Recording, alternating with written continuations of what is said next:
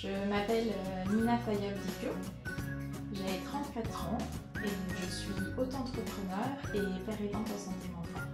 J'ai toujours été investie dans le milieu associatif, dans différents domaines, les droits de l'homme, la lutte contre les discriminations, la lutte contre les inégalités scolaires. Comme une suite logique à cet engagement, je me suis investie comme père aidante à la Maison Perchée. J'ai effectué des écoutes téléphoniques. J'ai aussi été animatrice et modératrice d'un forum de discussion. Être père aidante en santé mentale m'a permis d'avancer dans le chemin d'acceptation de ma propre maladie et j'y ai trouvé le courage de faire mon dossier à la MDPH. Même si le travail a une place importante dans mon rétablissement, il m'a parfois été difficile de me maintenir en emploi en raison de la violence du monde du travail et des conditions de travail.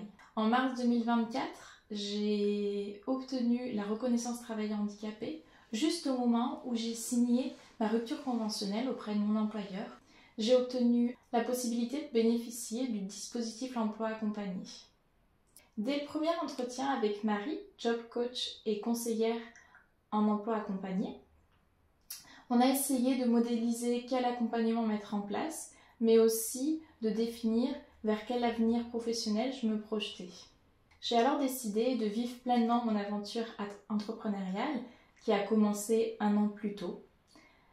Je suis animatrice d'ateliers d'écriture. Au fil des entretiens, Marie m'a écoutée, conseillée et soutenue. Nous avons adapté l'accompagnement dans une logique de co-construction. Marie est à la fois une manager quand elle m'aide à organiser mon travail et à prioriser mes activités. Elle est aussi une collègue de travail quand elle me conseille quant aux problématiques relationnelles que je peux rencontrer avec mes partenaires. Mais elle est aussi une conseillère en emploi dès lors qu'elle m'accompagne dans mes recherches, à la fois de partenaires ou même de démarches de formation. Cette année fut très riche. J'ai à la fois développé mon activité, mais j'ai aussi étudié dans différents domaines.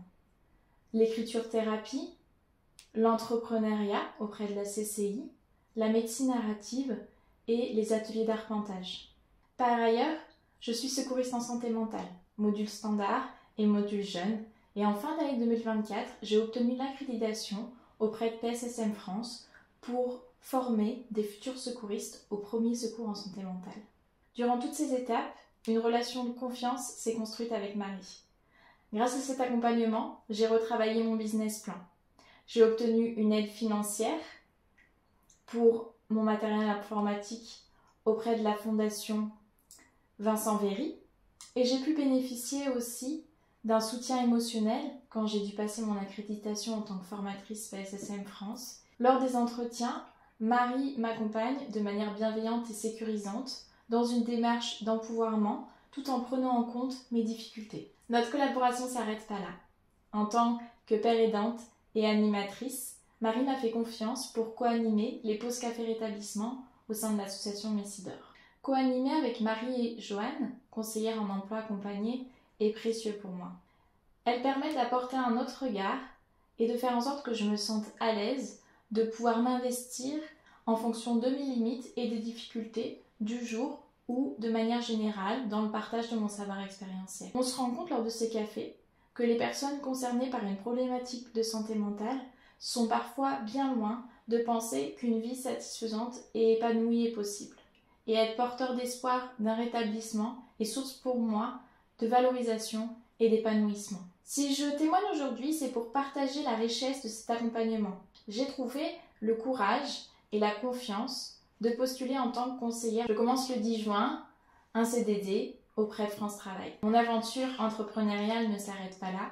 Je vais continuer à animer des ateliers d'écriture, de médecine narrative et d'arpentage et je vais essayer de déployer la formation Premier secours en santé mentale. J'aimerais remercier Messidor, les membres du conseil d'administration, les salariés et les bénévoles, sans quoi cette année aurait été bien différente. Aujourd'hui, je suis fière que le travail a une place importante et centrale dans mon rétablissement.